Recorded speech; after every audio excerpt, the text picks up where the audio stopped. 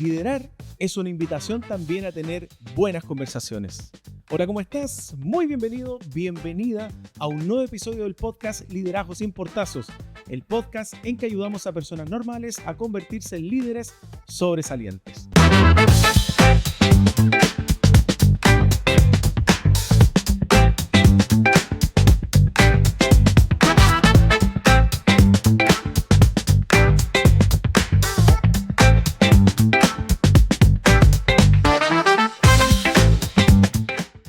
¿Cómo estás? Te invito a un nuevo episodio del podcast para que te quedes en este formato de entrevista. Y ya te paso a presentar a nuestro invitado. Pero antes, recordar hacer mención a nuestro primer auspiciador del podcast, Olmué Natura Lodge y Spa y Centro de Eventos Terra Viva, acá en Olmué, donde estamos grabando el podcast, un lugar hermoso e ideal para compartir espacios, eventos corporativos, retiros de equipo, retiradas también, escapadas en pareja, en familia, por supuesto también en un espacio solitario. El equilibrio perfecto en la comida entre gourmet y criollo, spa, piscinas temperadas, un lugar espectacular y el servicio es de lujo, acá en Olmué Natura. Vamos ahora con el invitado. Mira, nuestro invitado de hoy es ingeniero de profesión, conferencista y divulgador de programación neurolingüística, PNL, certificado como practitioner y máster por uno de los creadores de la PNL, por Richard Bandler. Ha organizado y participado en talleres y certificaciones en Chile y fuera de Chile, trabajando con referentes internacionales, también como parte de sus staff. Ha impartido conferencias en varios países en Latinoamérica y sus programas online han llegado a participantes de más de 7 países. Ha acompañado a cientos de personas en procesos de cambio personal usando la PNL y ha asesorado a profesionales en comunicación efectiva también. Además, es autor de 2 libros sobre desarrollo personal y sobre lenguaje. Quiero invitar a esta conversación al gran Miguel Ramírez. Muchísimas gracias, estimado Cristian. Un gusto estar aquí, muy honrado de compartir este espacio fascinante. Yo estoy, pero anonadado con todo esto. Me siento muy contento de estar acá. Buenísimo. ¿Cómo estás? Bien, feliz. Tú sabes que a mí me gusta mucho esto de intercambiar con las palabras, así que qué mejor que hacerlo contigo hoy. Buenísimo. Bueno, la gente se irá sorprendiendo, lo irá conociendo. De verdad es un invitado que yo estoy súper contento. De verdad estoy súper contento de tenerte acá, Miguel, y te lo agradezco muchísimo. ¿Partamos con las preguntas? Vamos pues. ¿Qué es la programación neurolingüística? Hay muchas maneras de definirla. Voy a comenzar con una muy sencilla y luego podemos introducirnos un poco más a detalle. La programación neurolingüística es el estudio de los comportamientos exitosos y de los pensamientos que los provocan. Nosotros los seres humanos, y esto yo sé que es sabido por ya muchas personas, lo que experimentamos, lo experimentamos como efecto de nuestro modo de estructurar lo que percibimos y llamamos realidad. Y la programación neurolingüística se ocupa entonces de investigar, de estudiar, de analizar cómo es que nosotros estructuramos precisamente esas percepciones para, con ellas, promover nuestros comportamientos, con el objetivo de que podamos usar nuestra capacidad de pensamiento consciente para poder dirigir, manipular, intervenir en estas estructuras con el objetivo de obtener resultados conductuales distintos. Y a tu juicio, este tema a mí me encanta. ¿A tu juicio tú la considerarías una tecnología, una terapia, coaching? Es un modelo. Técnicamente hablando o incluso epistemológicamente hablando, es un modelo, es una descripción o es una representación de cómo algo funciona. No tiene compromisos con teorías acerca de la mente, ni tampoco reclama estatus científico. ¿Ves? Y cabría también en el campo de la tecnología de intervención, una tecnología de cambio. Tiene aplicaciones en la terapia, por ejemplo, pero no es una terapia en sí misma. Pero sus modelos y sus técnicas son aprovechadas por muchos terapeutas, pero también tiene aplicaciones en las ventas, también tiene aplicaciones en el liderazgo, también tiene aplicaciones en el deporte. Finalmente, habría que considerar que los seres humanos no podemos no comportarnos, todo el tiempo lo estamos haciendo.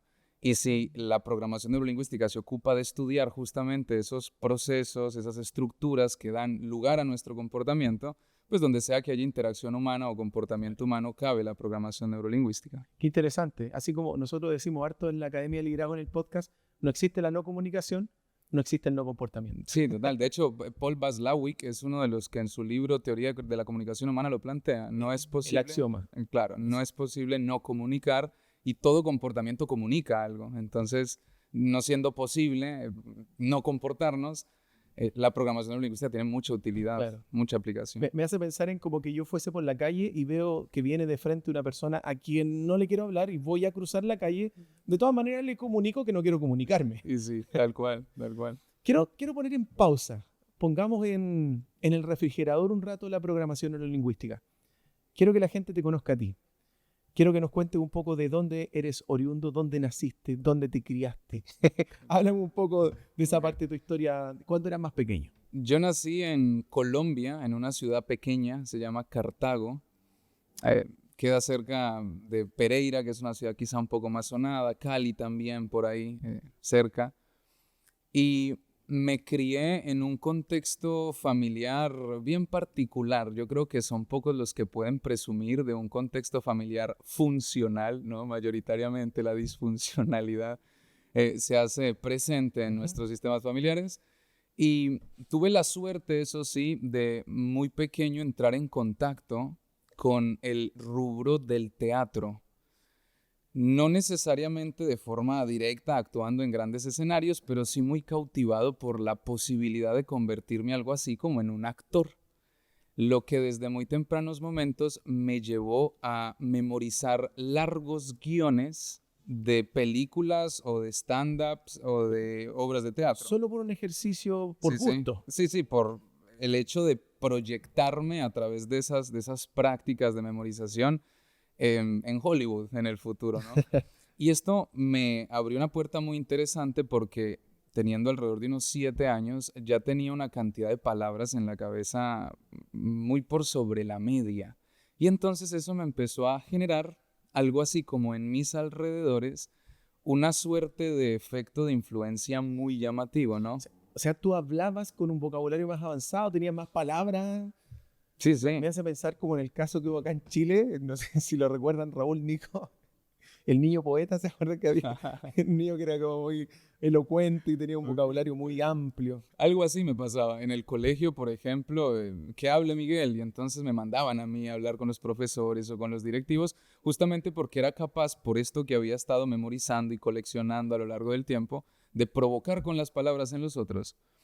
Y entonces, esto en conjunción también con una madre por aquel entonces estudiante de psicología que se la pasaba leyendo en voz alta mientras yo estaba en la habitación, también empezó a llamarme mucho la atención lo que yo le escuchaba a ella decir mientras leía, ¿no? Y entonces tuve como una especie de obsesión auditiva por lo que las palabras provocan en el cuerpo.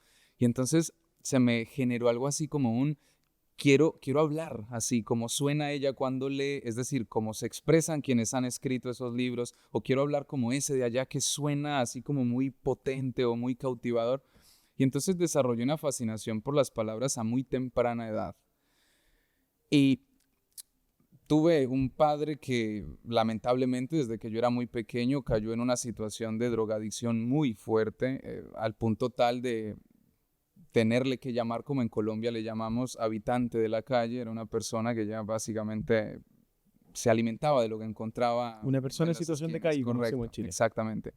Y allí hubo algo interesante, querido Cristian, porque yo recuerdo preguntarme mucho por qué alguien, aunque quiere cambiar, muchas veces no logra hacerlo. Y esa pregunta me acompañó durante mucho tiempo, en el colegio, en la universidad. Déjame hacer un alto. Por supuesto. ¿Qué edad tenías cuando te haces esa pregunta? Yo creería que alrededor de unos 8 años. 8 años. Sí. Cuando yo estaba viendo y preguntándome a qué hora comienza el Chavo del 8. Sí, fíjate que fue muy, muy pequeño y fue tras un encuentro con él. Sí, yo recuerdo haberle dicho a mi madre que quería verlo, que si por favor me llevaba a conversar con él. Y recuerdo que llevé un trofeo de fútbol que me había ganado y mis notas del colegio, que para ese año afortunadamente habían sido buenas. Todo esto con el objetivo de provocar algo en él, de inspirar algo en él para que a lo mejor considerar la posibilidad de salir de donde estaba. Conversé con él, recuerdo salir a caminar por los alrededores de la casa de su mamá, de mi abuela, y bueno, conversamos, yo con 8 años tratando de llevar una conversación con él, y bueno, tiempo después él siguió igual, y entonces ahí fue donde esa pregunta se me enquistó, ¿no? Y es, ¿qué hace que una persona que quiere cambiar, porque eso era lo que él afirmaba, ¿no? No puede hacerlo? Y eso en conjunción con los libros de mi madre, la psicología de mi madre, el vocabulario por este lado más del teatro, me llevó como a empezar a escudriñar en lecturas, en libros, desde bastante jovencito. Yo diría que le agarré cariño al tema desde unos 12, 13 años más o menos. Y bueno, viví una infancia más o menos alegre, diría yo, a pesar de todo esto, una adolescencia muy marcada también por el deporte, jugué fútbol muchos años de mi vida, se suponía que iba a terminar yo en un estadio, era lo que se pensaba, hasta que, bueno, terminé en la universidad.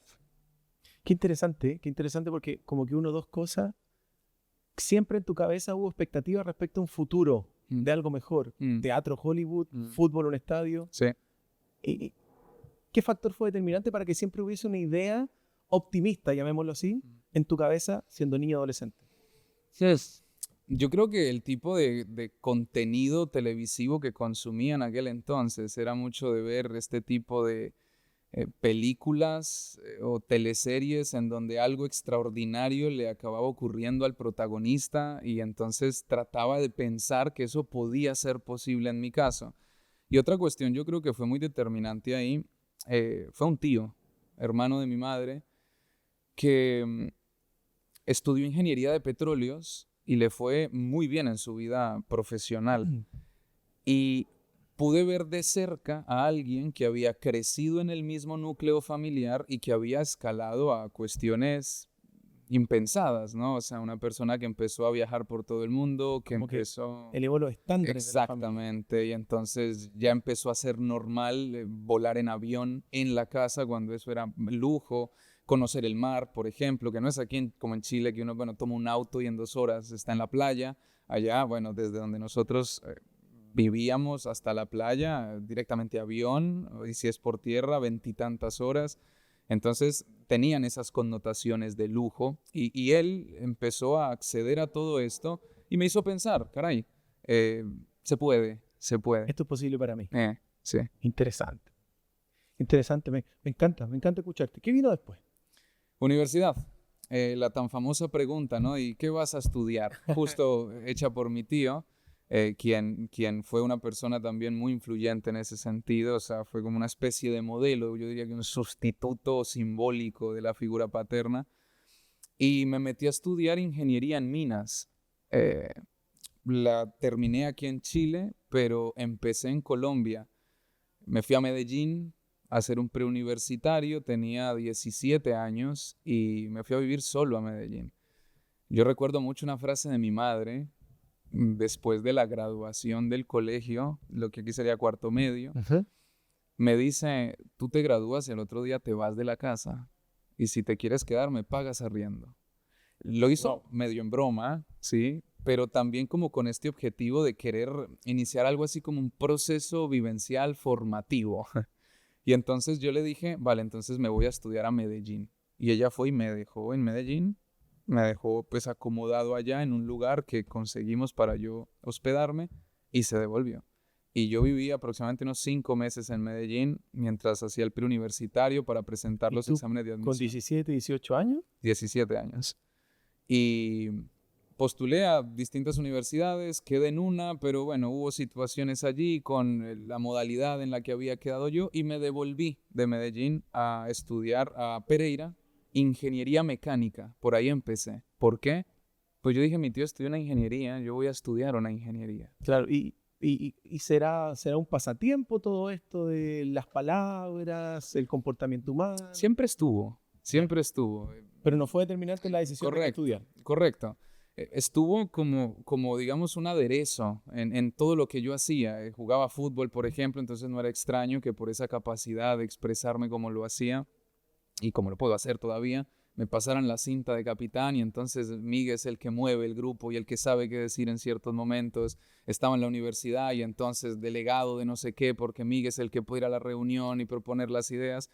Y también estuvo muy presente, a lo mejor no desde esta línea más conductual, más psicológica, digamos, porque empecé a dar clases a muy temprana edad. Me encantó la docencia. La primera vez que, en ese caso, fue matemáticas, ¿no? Enseñar matemáticas, que empuñé unos plumones y con una pizarra detrás. Fue para mí extasiante. O sea, me encantó enseñar, explicar, facilitarle las cosas a las personas. Y entonces siempre estuvo el tema. Y los profesores o compañeros o directivos con los que me relacionaba me lo decían mucho. Me decían, tu forma de hablar algo tiene, algo especial, algo hace. Y entonces siempre estuvo ahí ese bichito haciendo ruido. Y no fue sino hasta, bueno, un momento ya más adelante en el tiempo que ya fue algo así como una bofetada directa. Es como, debes hacer algo con esto o podrías hacer algo con esto. Claro, eran demasiado, la vida muchas veces tocándote la puerta, mostrándote en cartelitos, mensajes ni siquiera subliminales, expresos, Sí, de sí. que había algo ahí en ti. Sí, de hecho, es una historia que siempre cuento muy brevemente. Estudiando ingeniería en minas me enviaron a Iquique a competir.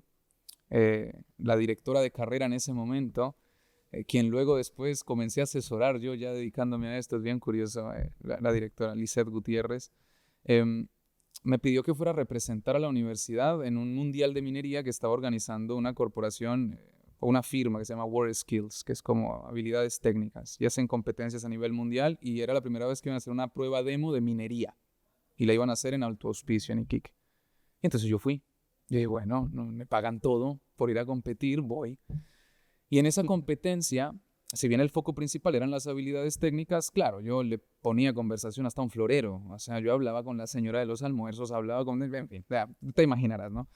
Y entonces el delegado técnico en esa actividad, un colombiano también, que se llama Alexander, con quien terminamos haciéndonos después amigos, me pidió dar el discurso de cierre en representación de todos los competidores. Y me avisó de esto 5 minutos antes de tener que dar el discurso. Y yo le dije que sí. Y bueno, dale. Cuando me subo en el estrado, era como una tarimita ahí pequeña, y miro hacia el frente, habían 200 personas, todos con casco blanco y canales de televisión y radio y prensa. Y yo ahí reflexioné en qué me metí, porque dije que sí. Y comencé a hablar en principio con esta sensación de como que lo que estoy diciendo no pega mucho con el contexto. Porque son todos ingenieros, Samsung, Festo, Doña Inés de Coyahuasi, mineros. Y yo empiezo a hablar de las emociones humanas, ¿no? Y del alma humana y del potencial humano y no ¿Pero sé qué había cosa. una directriz para construir ese discurso o era lo que tú hablas, lo que A quieras? mí lo que me salió en ese momento, ya después Vale. revisando el video me doy cuenta que sí tuve una estructura, una secuencia, ¿no? Pero en ese momento muy, muy empírica la cosa. Y entonces termino el discurso y pasan unos segundos terroríficos, ¿no? Y se ponen todos de pie a aplaudir. ¿Está ese video está? Sí, lo tengo, lo tengo. Y entonces veo yo ese efecto y ahí vuelvo a sentir esta cuestión epifánica parecida a la de los plumones y la pizarra, ¿no? Y digo, ¡guau! ¡Qué lindo esto! Me encantó esta experiencia. Me bajo de ahí y con esto termino la anécdota. Me dice el delegado técnico, Alexander, se me para enfrente y me dice, yo le voy a decir algo.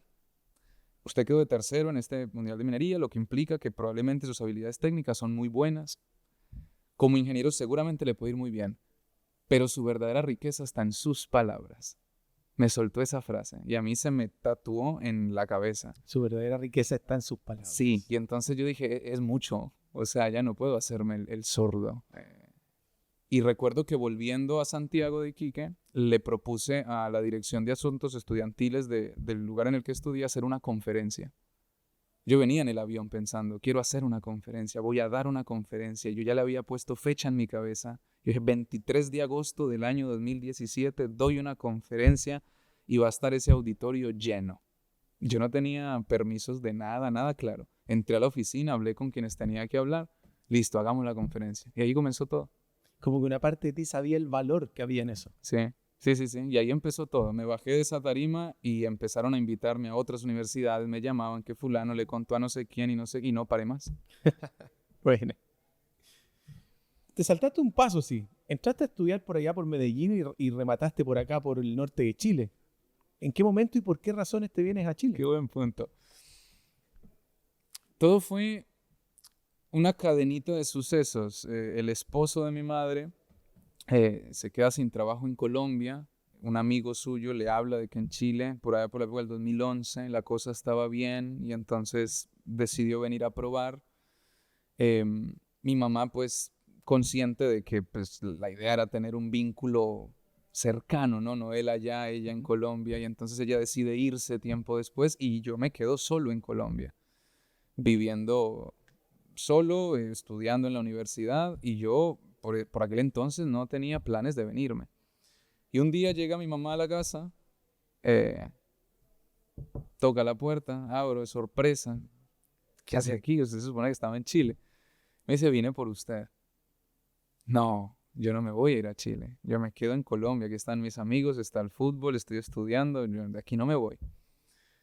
Bueno, se quedó un mes. Pidió un mes de vacaciones no remuneradas. Se quedó en Colombia un mes y me convenció.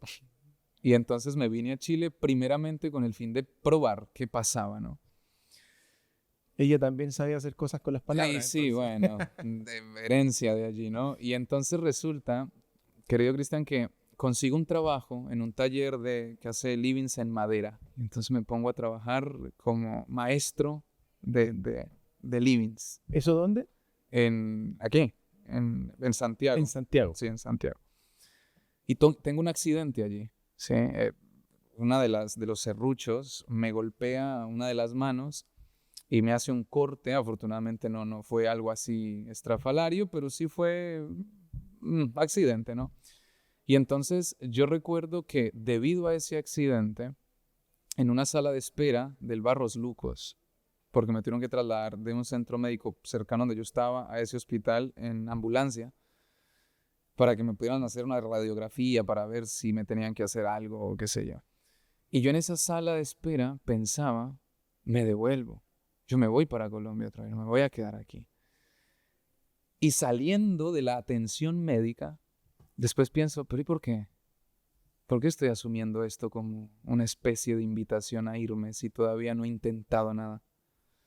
Y entonces me tomé las semanas de recuperación como muy reflexivas, muy de ¿qué hago, no? Y entonces tomo la decisión, no me quedo. Me voy a quedar en Chile, me voy a meter a estudiar la ingeniería y ya iré viendo qué pasa por el camino, ¿no? Y así terminé aquí. Bueno, ese corte como que fue la prueba del héroe, como dice. Puede Sí. ser parte de una de esas escenas en donde, sí, estuve debatiéndome mucho si me devolvía, llegué a hablar con mi tío incluso y le dije, yo creo que me voy. Y me dijo, bueno, ¿dónde va a poner el huevo finalmente? Mira, quisiera sacarte un poco quizás del ejercicio de irnos relatando tu historia y una pregunta que le puede servir a quienes nos escuchan, que son líderes principalmente, personas que lideran equipos. Tú mencionaste, y así como asumiendo una obviedad que para mí no es obvia, a los ojos míos no es obvio, que yo me paro y hablo, me pongo en una pizarra, tomo los plumones, enseño matemática, me paro y aparecen las cámaras, la televisión, la superintendencia, doña Inés de Coyahuasi, saludo a la gente de Coyahuasi. Pero hay un mindset, hay un sistema de creencias, una representación interna, una forma de pensar y pensarse en esa situación que tiene que ver con que yo sí puedo comunicar, yo me siento suficiente. ¿Qué había ahí finalmente? Yo creo que una sumatoria de varias cosas. Primero, un contexto infantil adecuado. Hablar es una habilidad como cualquier otra, una habilidad rara, pero una habilidad. Y digo rara por cómo la adquirimos, que es básicamente sin instrucción, casi que sin esfuerzo. Al cabo de los 18 meses ya estamos casi que expresando cuestiones muy complejas. Sin embargo, es una habilidad y muchas personas, por cómo la desarrollamos, asumen que pues quien viene con algo así como esto trae un don. Y pues no, yo tuve un contexto en donde pude afortunadamente expresarme sin que se me pidiera silencio o sin que se me dijera que hablan los adultos o usted no puede opinar o no. Se sentaban en el living de la casa a verme reproducir los guiones que yo me memorizaba y eso reforzó la comunicación. Maravilloso porque invita a tomar conciencia a quienes están proveyendo como adultos espacio para niños. Y por supuesto. ¿Y qué podemos hacer con los que dicen, yo no tuve ese espacio? En mi caso, no fue una familia funcional. Me hacían callar. Había más gritos, por lo tanto, diálogo no fluía mucho. ¿Qué podríamos decirle a esos líderes? Porque podrían decir, ya, ves, se cruzaron de brazos y ya tengo la situación perdida. Y no, en mi caso fue afortunado, pero evidentemente eso no es, digamos, lo que tiene que ocurrir para que alguien pueda eventualmente desarrollar una habilidad sobresaliente al comunicarse. Lo que habría que hacer es entrenar, ¿sí? Entrenar un conjunto de metodologías para poder desplegar esa destreza con mayor, digámoslo, con mayor acierto, con mayor efectividad. Y entonces, en mi caso, eso favoreció y fui recogiendo entonces evidencias por el camino de que cuando hablaba, las personas escuchaban y recibía un buen feedback. Y entonces todo eso fue la base para yo pensarme pudiendo estar de pie frente a un grupo de personas y expresar lo que pensaba. Súper. Fuiste evolucionando, llegaste a estas decisiones, la vida te fue mostrando, ya esto es mucho, no puedo desentenderme de este mensaje de comunicar, pero podrías haber estudiado speaker, conferencista, coaching o la misma psicología como tu madre. ¿Cómo llegaste a la programación neurolingüística? Fue a través de un libro. Yo estaba leyendo un libro de Tony Robbins que se titula Pasos de Gigantes. Sí. Y es un libro bastante antiguo que yo tuve que caminar en la comuna de Cerro Navia, me acuerdo, para llegar a la casa de un señor que me lo vendió porque se lo compré por Marketplace. Sí, y entonces fue directamente hasta allá. De hecho, el libro tenía dedicatoria. Se ve que ese libro pasó de manos en manos a lo largo del tiempo. Y en ese libro, en un metro, yendo a jugar fútbol mientras leía, vi por primera vez PNL al lado del nombre Richard Bandler. PNL. Y entonces Tony Robbins ahí dice, mi maestro Richard Bandler, el co-creador de la PNL. PNL. Saco el teléfono y me pongo a googlear sobre PNL. Y me encuentro con un mundo de cuestiones fascinantes. Yo normalmente escéptico, pero se puede hacer todo esto que dicen ahí que se puede hacer. Curar una fobia en 20 minutos. Hipnotizar a las personas con el lenguaje. Inducir estados de trance. Usar el lenguaje para provocar cambios conductuales. Y entonces empiezo a indagar sobre el tema y conseguí todo en español cuanto pude para poder empezar a untarme, a empaparme del asunto, hasta que, habiendo reunido la información, yo diría suficiente, me lanzo a estudiarla formalmente. Y entonces me voy a Venezuela, donde un trainer de PNL, un entrenador de PNL que es parte del staff del doctor Bandler, o sea, colabora con él todo el año en sus eventos. Y entonces yo dije, bueno, si voy a aprender de alguien, que sea alguien que esté cerca de Richard para absorber lo más, digamos, puro de la fuente. Y allá también hubo un entrenador mexicano. Luego empecé a estudiar con gente en España, luego con una señora de Inglaterra, un irlandés, mexicanos. Empecé como a formarme con todos los, digamos, capos en el tema para tener distintas perspectivas. Y pronto acabé colaborando con ellos, organizando actividades aquí en Santiago, trayendo pues esto de la PNL como es. El mismo Tony Robbins habla de la importancia de la proximidad. Tal cual, sí. Acabé yo colaborando con ellos también por mi obsesión, yo diría. Porque ¿Hace cuántos años estamos hablando? Todo esto empezó por allá por el 2018 aproximadamente. Estamos hablando de 7 años atrás. Más o menos. Ok. Traigamos a mi cancha la conversación. Vamos pues. ¿Qué puede aportarle, Miguel, la programación neurolingüística, la PNL, a quienes lideran equipos? Mira, yo voy a partir diciendo que el liderazgo, ¿sí? es un sustantivo, ¿sí? que por serlo tiende a generar, como cualquier sustantivo en las personas, el efecto ilusorio de que se trata de algo concreto, algo así como una cosa. Usamos sustantivos para referirnos a cosas, personas, lugares, animales, etc. Como una chaqueta. Exactamente. Creencias es un sustantivo, motivación es un sustantivo, disciplina, ¿sí? Y entonces lo que hace un sustantivo es cosificar fenómenos que no son cosas, procesos que no son cosas.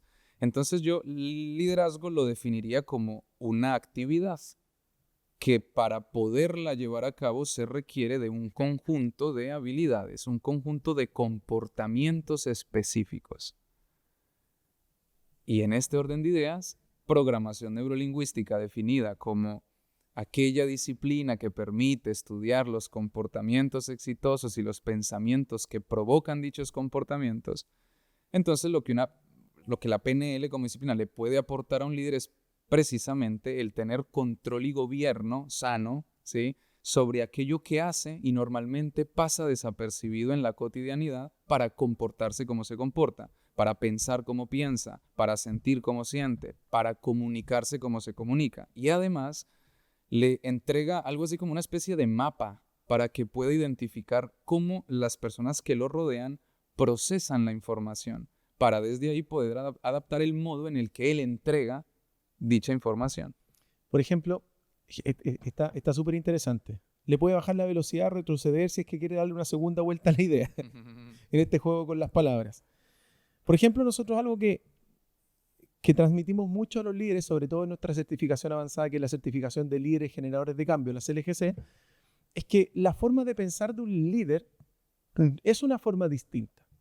Es una forma donde yo me represento una situación de manera más estratégica y global versus una micromirada más operativa. Ocupamos la metáfora de que, ojo, con perder de vista el bosque completo por estar abrazado a un árbol. Esa es una forma de pensar, en donde yo de forma concreta, a lo mejor soy jefe de una línea de producción, tengo que ver el panorama completo desde el primer punto de la línea de producción hasta el último, y a todos los procesos, el sistema completo, y a los operarios de mi área. Distinto es, por ejemplo, si yo soy operario y yo miro desde mi compañero que me entrega un input y yo le entrego un output a mi compañero que sigue. Veo 1 metro cuadrado, el otro ve 300 metros cuadrados y probablemente el gerente general vea hectáreas. La programación neurolingüística puede ayudar en esa modificación, en el aprender a pensar como líder. Sí, totalmente. De hecho, Bandler define a la PNL como la disciplina que facilita o posibilita la libertad personal. Y él define libertad personal como la capacidad de ser flexibles, ¿sí? El poder elegir. Normalmente las personas, cuando tienen problemas, lo que en realidad tienen, vamos a decirlo así, es ausencia de opciones, de alternativas. Si alguna vez hemos conversado eso, me encanta esa definición de problema. Y entonces la programación neurolingüística te ayuda a poder flexibilizar tu mapa, tu modelo del mundo para encontrar otras formas de pensar, para que no tengas que pensar de una sola y además confundir esa forma de pensar con el mundo. Porque sabemos que no interactuamos directamente con el mundo, sino que lo hacemos con el modelo que tenemos construido de él. Entonces, por supuesto que ayuda a poder ajustar el modo en el que estamos enfocando las cosas, si estamos quizá percibiendo de una manera, tenemos distinciones para ajustar esas percepciones, ajustar los filtros que estamos usando, y finalmente es algo que cualquier persona puede hacer, pero no es algo que esté, digamos, en la cultura muy extendida como cotidiano. Sí, solemos pensar estas dificultades para procesar o para comportarnos como incluso cuestiones del orden de la enfermedad, ¿no? Y es algo bien discutido esto. Pero por fortuna existen modelos como este que hacen posible el poder empezar a controlar lo que todos los días utilizamos, que es nuestra cabeza y el lenguaje. Me encanta. De hecho, alguna vez nosotros conversamos y yo también he hecho una reproducción de esta conversación en otros espacios. Por ejemplo, un fenómeno muy común que nos reportan quienes lideran equipo, que es el bendito estrés, ¿cierto? El estrés.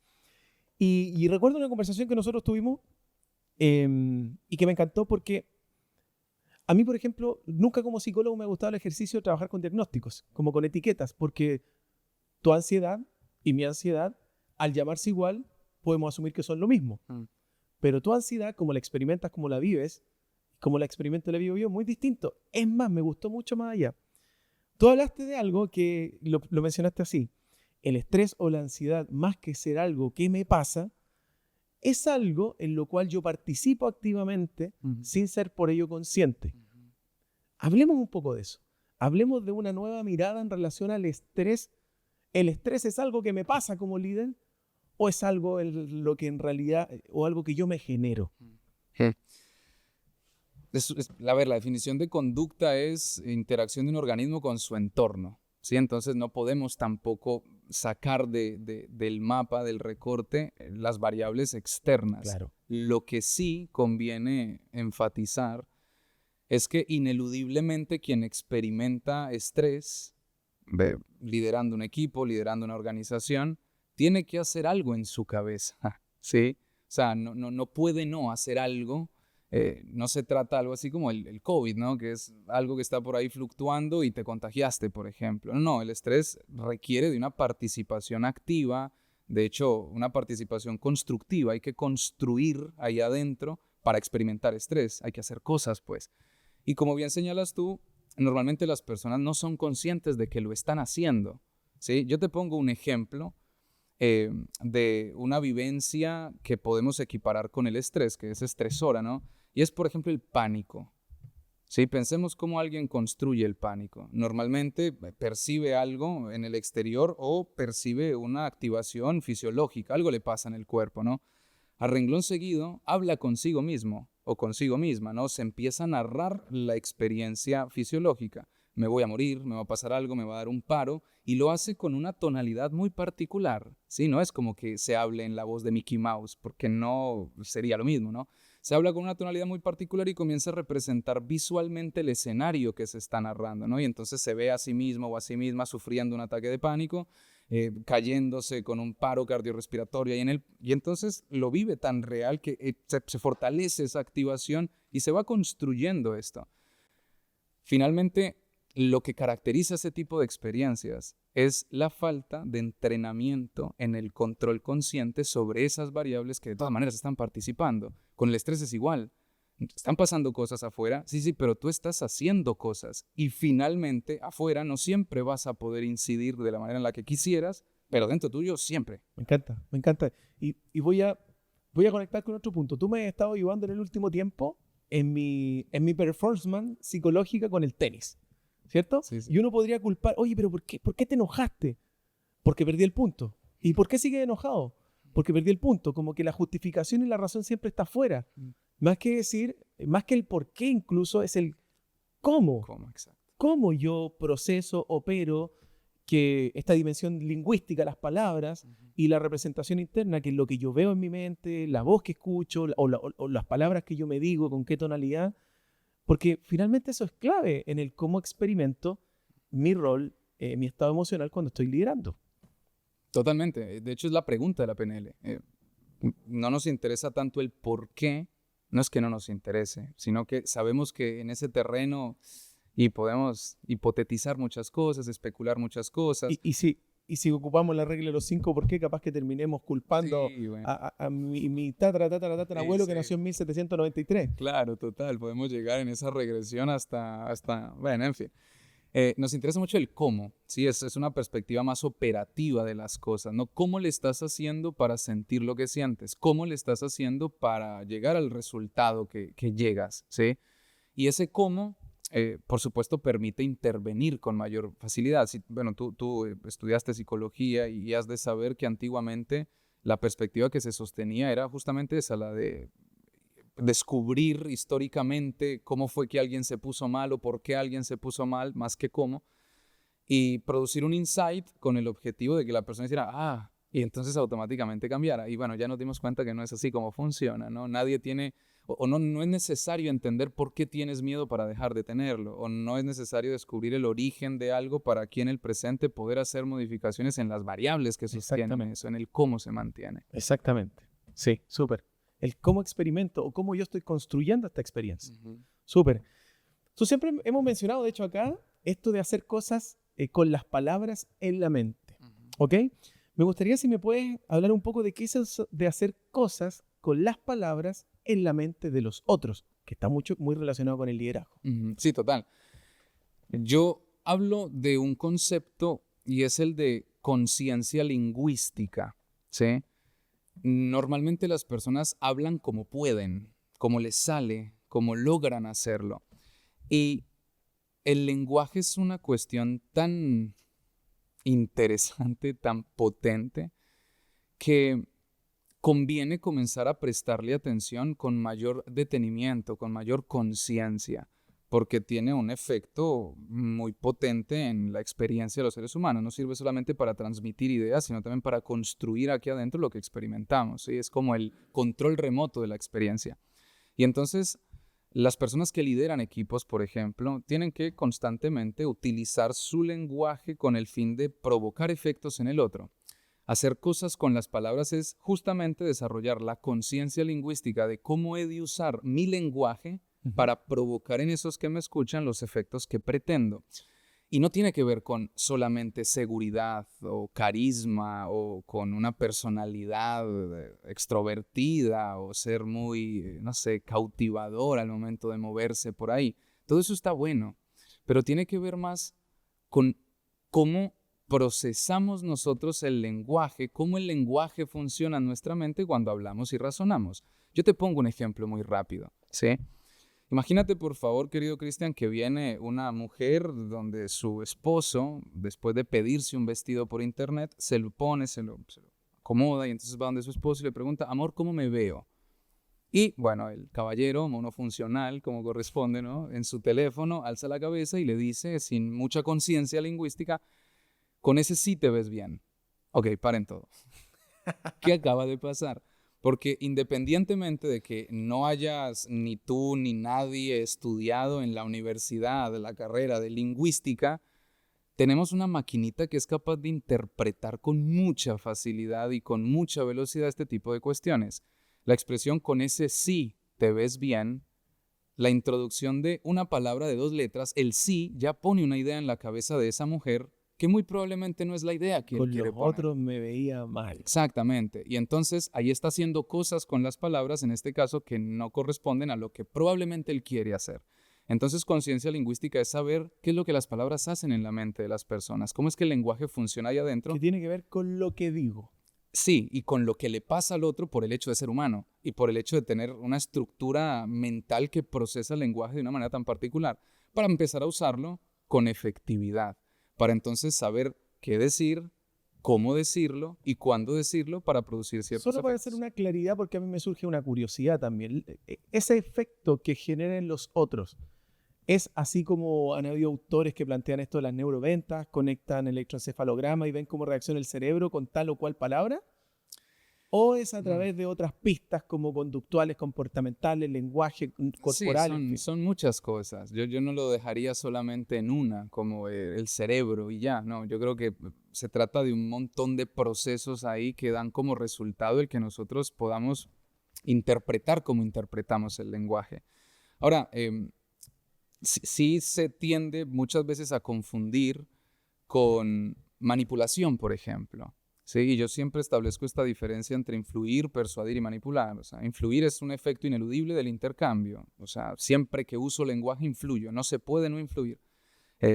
Participaba en muchos debates en donde poníamos sobre la mesa el concepto de la terapia no directiva o el coaching no directivo, que era, no, yo no dirijo al otro. Ay, si supieras, el mero hecho de hablar ya dirige. Sí, cuando digo, ¿y qué horas serán? Y automáticamente la gente voltea a verse el reloj. Ya dirigí la atención del otro. ¿Será cuánto influyo, cuánto dirijo? Es una cuestión de grados Claro. y de qué manera, positivamente o no. Exacto. ¿Sí? Entonces, influencia siempre hay. Me comunico con otros, estoy influyendo. Persuasión es el uso estratégico de la comunicación para producir efectos en el otro, pretendiendo beneficiar al otro y no solo a mí. ¿Sí? Manipular es persuadir a pesar del otro. Exacto. Me lo brinco, ¿no? La finalidad cambia y eso distingue persuadir de manipular. Correcto. Entonces, la persuasión es maravillosa y requiere conciencia lingüística. O sea, tú eres tan bueno como tu habilidad para comunicarlo. Finalmente, a partir de cómo nos comunicamos, ya las personas hacen ideas de nosotros. Y esas ideas son determinantes en cómo esos otros procesan luego el contenido de lo que les comunicamos. Entonces, yo creería que en el liderazgo, lo de hacer cosas con las palabras es esencial, ¿sí? El tener esa conciencia de cómo utilizo mi lenguaje sabiendo qué le va a pasar al otro en su cabeza muy probablemente para movilizarlo de una manera mucho más efectiva. Genial. Me encanta. Y quiero poner otro insumo, otra información sobre esto a partir de algo que veo mucho. Veo muchos líderes, hombres y mujeres, que le tienen un temorcillo a su equipo. Y por lo tanto, como que a priori, antes de lanzar cualquier palabra, de hecho lo vi ayer o antes de ayer, acompañando una actividad a un gerente, que antes de hablar, manos atrás, como muy moviendo los pies, como incómodo con la situación y con una tonalidad, un volumen bajito, como sin autorizarse, sin permitirse expresar. Porque claro, creo yo que antes de lanzar, dar play a mi discurso o a lo que voy a decir, ocupando la lingüística, en fin, el cómo yo me siento y cómo me represento el contexto, la situación a mí mismo, incluso a los demás, también influye, porque de verdad yo veo líderes que le tienen temor al equipo o a algún miembro, al más complicado, al más indómito, etc.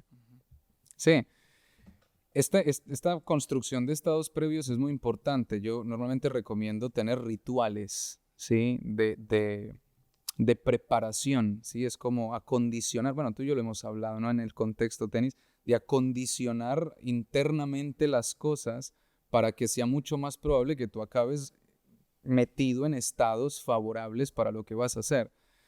Y claro, ahí entra diálogo interno y representaciones visuales, o sea, no nos podemos salir de ahí, ¿sí? Es así como pensamos. Esto está muy bueno.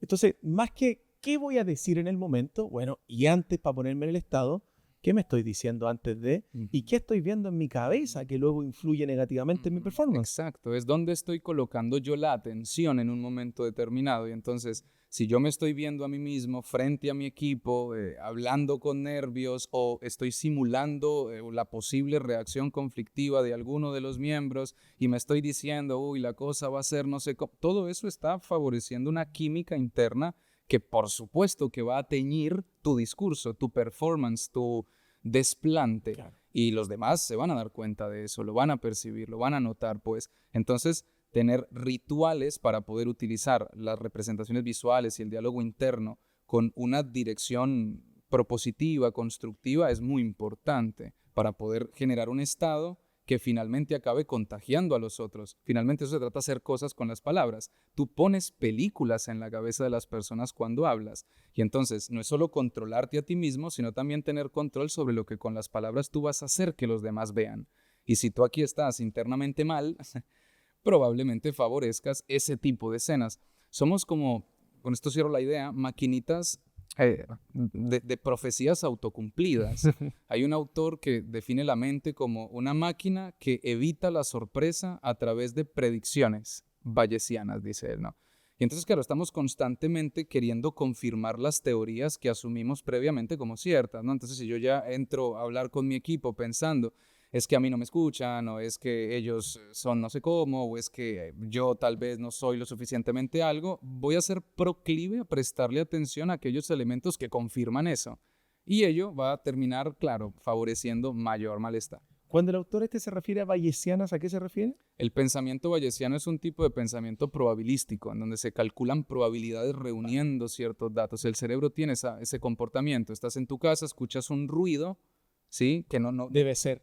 Exactamente. Entonces, tomamos toda la información sensorial, computamos y hacemos una predicción de qué es lo más probable. Y si es probabilístico, ¿cómo opera lo que una autora por ahí llama pensamiento mágico? Por ejemplo, si fuese probabilístico, ¿por qué hay tanta gente que se va a comprar el boleto de lotería?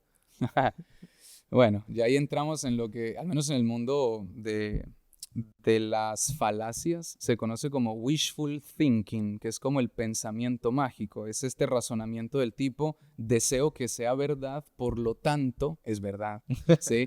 Y bueno, solemos caer en ese tipo de cuestiones, pero no hay que desconocer también el efecto placebo, no enmarcándolo en el campo de lo peyorativo, ¿no? Eso, el efecto placebo, eso es humo. No, se ha estudiado mucho. ¿Sí? Y sabemos muy bien el efecto del trabajo autosugestivo, ¿no? Y esto está muy equiparado también con lo que se conoce en el mundo más neurológico como el SARA, le llaman, ¿no? El sistema activante reticular ascendente, ¿no? Que es ese, digámoslo, elemento, por así llamarle, ¿no? Que nos ayuda a enfocar las cosas y a filtrar las cosas de una manera tan particular. Y entonces, no sé, antes ni veías, ¿no? Bebés por ahí, pero cuando tu pareja te dice, oye, como que no me llega y uno ve embarazadas por Yo estoy todos viendo lados. camionetas 4x4 doble cabina desde hace como un mes. Ok, y la tienes ahí, ¿no? Es lo prioritario, está en tu centro atencional. Entonces, sí, a ver, es probabilístico, sabemos que no hay garantías, que no hay una forma de proponer la certeza en términos absolutos, pero sí podemos aproximarnos muchas veces con bastante precisión a muchas cosas. Esto de la representación interna, hemos hablado en distintos puntos sobre esto. ¿Qué podría hacer un líder o una líder que se representa internamente de forma hostil a su equipo o a algún miembro de su equipo? Mm. Y que bueno, son dos complicados, pero tengo 20, pero les pongo demasiada atención a ellos, pero es un juego interno en el que estoy ocupando el concepto de Team Galway. Mm. En este juego interno me represento de forma hostil a mi equipo. ¿Qué maniobra pudiese hacer ese líder o esa líder para poder salir de ahí? Lo primero es tomar control sobre esas representaciones. Normalmente las personas o no saben que pueden controlarlas, y si saben que pueden, generalmente no tienen idea de cómo hacerlo. Entonces, una representación mental, vamos a llamarle, cuanto más cercana es a cómo percibimos la realidad, mayor impacto emocional tiene. Cuanto menos parecida es a cómo percibimos la realidad, menor impacto tiene. Entonces, si es una representación muy grande, que está muy cerca, que es demasiado real, bueno, el líder puede entrar a afectar esa representación haciéndola más pequeña, tornándola en blanco y negro, poniéndola más lejos, quitándole Lo que se llama realidad. submodalidades en PNL, ¿cierto? Correcto, que son estas características particulares de las representaciones que determinan cómo nos afecta lo que estamos representando. Entonces puede entrar a tomar control sobre esto y va a experimentar alivio. O sea, está cambiando la configuración o la codificación de una experiencia que es subjetiva, ¿sí? Claro. Entonces, eso es como primero. Como segundo, pues yo pensaría en lo que tú estás señalando, invitarme a poner atención a aquellos elementos que me permiten reforzar cual bucle un buen estado, ¿no? Entonces trato de sacarlos quizá de mi visual y me quedo mejor con otro tipo de elementos, de personas que sí me están escuchando, que asienten cuando estoy hablando, y trato de usar eso como materia prima, como combustible para seguirme sintiendo bien. Y ya directamente es tratar de resolver allá afuera, ¿no? Es como la secuencia de capas. Primero aquí adentro, hacer lo que me compete hacer y que no va a poder hacer otro por mí, y luego ver si es que allá afuera se puede tratar de cambiar la dinámica que funciona como estímulo, ¿no? Y es como estos dos son complicados, como líder entonces, ¿cómo puedo yo hacer para que deje de presentarse esa dinámica? Genial. Genial, me ha encantado esta conversación, Miguel. Todavía no termina, pero me gustaría ir cerrando esta parte de preguntas abiertas antes del ping-pong que vamos a hacer al final. Te anticipo. ¿Qué consejo, qué sugerencia, qué invitación como experto en programación neurolingüística le harías a quienes nos siguen el podcast, que son principalmente estas personas que lideran equipos? ¿Qué les pueda servir a ellos? Diría que aprendan y que se interesen mucho por hacerlo, cómo funciona su mente, lo que llamamos mente, que nuevamente no hay que confundir procesos internos con entidad interior, ¿sí? No es una entidad, es un conjunto de procesos, pero aprender cómo funciona, cómo opera, porque desde allí viven, ¿sí? Es la consecuencia de lo que eso que llamamos mente hace, lo que experimentamos nosotros, y que aprendan además cómo funciona el lenguaje. Si lo piensas, son básicamente los dos elementos que utilizan para liderar, ¿sí? Su propio comportamiento, lo que hacen ahí adentro, sus propios estados, su propio cuerpo y su propio lenguaje. Finalmente, el liderazgo es la reunión de un conjunto de comportamientos específicos que producen efectos específicos en las personas. Entonces, aprender a usar su pensamiento consciente para dirigir esos procesos desde los cuales viven, interpretan, experimentan. 2, aprender a usar su lenguaje con conciencia. Sé que a muchos les pasa esto de, pero no era eso lo que yo quería decir, pero igual y pasó, ¿no? Y 3, que se interesen mucho por las personas. ¿Sí? Normalmente he notado yo muchos líderes que viven muchos problemas de este estilo de me pongo nervioso, de no sé qué hacer, no sé cómo es, viven muy, muy ensimismados, ¿sí? Pensando mucho en sí mismos. ¿Cómo me va a ver? ¿Qué va a pensar de mí? Pero quizá él podría decir... Como tratándose mucho de mí. Sí, sí, y es comprensible, ¿no? Normalmente tiene detrás esta necesidad de mejora, de hacerlo bien, pero se trata de voltear esa luz y apuntarla hacia afuera, o sea, pensarse como instrumento para influir en los otros, se trata del otro. Yo diría que esas 3 cosas. Es bonita esa significación. Me gustó. Para ir cerrando, te tengo un bombardeo con el ping-pong de preguntas. Vámonos. Preguntas cortas, respuestas cortas. Si te surge el impulso de querer explicarlo, lo puedes hacer también. Me comprometo a intentar que no. Es un desafío para ti. Sí. Ok, vamos con ello. ¿A qué líder admiras, sea conocido o no sea conocido? Richard Bandler. Creo que ha construido algo que nos enseña a liderarnos desde adentro hacia afuera. Que es un precursor de la PNL. Correcto. ¿Algún libro o película que recomiende a nuestra comunidad? 2 libros. Ok. Racionalidad de Steven Pinker. Van a descubrir cosas muy interesantes acerca de cómo pensamos. Y Las trampas del deseo de Dan Ariely. Un libro de economía conductual que habla sobre las tomas de decisiones y los errores que cometemos al tomar decisiones. Algo que, por supuesto, tiene mucho que ver con el liderazgo. Buenísimo, buenísimo. ¿El líder nace o se hace? Se hace, totalmente. ¿Un error que no volverías a cometer? Sí. Ceder mi poder por amor. 1. Y 2, quedarme con el vacío de no haber intentado en lugar de con la cicatriz de haber fracasado. ¿Podría repetirlo? Quedarme con el vacío por no haberlo intentado en lugar de con la cicatriz por haber fracasado. Muy bien, me encantó. ¿Una frase o mantra que te digas cuando las cosas están difíciles? Me hago una pregunta A ver. freudiana, pero que me gusta mucho y me ayuda mucho a encender la conciencia. ¿Cuál es mi parte en el desorden del que me quejo? ¿Cuál es mi parte en responsabilidad? Exacto. Me encanta. ¿Cuál es mi parte en el desorden del que me quejo? Hoy en un capítulo anterior hablábamos sobre la responsabilidad del líder en el fenómeno al cual le tira piedra. Genial. ¿Qué talento tuyo aún no has aprovechado al máximo?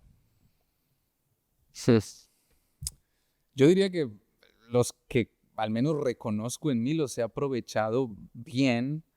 Me inclinaría más por una cuestión de que todavía me quedan años por delante para seguirlos aprovechando. Pero para responder concretamente, la escritura, si bien ya he escrito, creo que es un área que todavía no he explotado lo suficiente. Perfecto.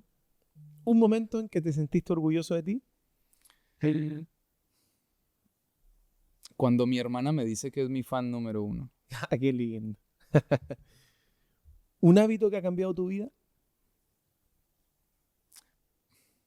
Pensar críticamente, haber aprendido metodologías de pensamiento crítico y utilizarlo sin duda. Buenísimo. ¿Qué no puede faltar en tu día para sentir que valió la pena? Reírme a carcajadas.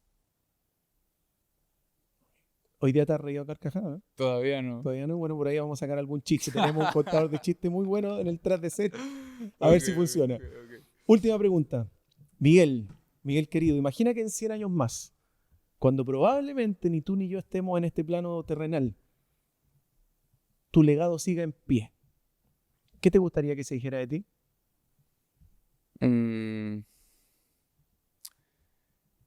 Ese tipo fue un potenciador de posibilidades ajenas.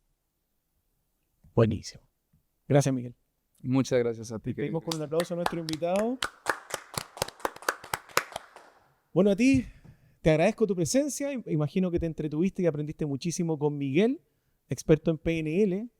Te invitamos a seguirnos en todas nuestras redes. Por favor, suscríbete, no te cuesta nada. Y agradecerte siempre la presencia. Así que por tu atención, muchas gracias.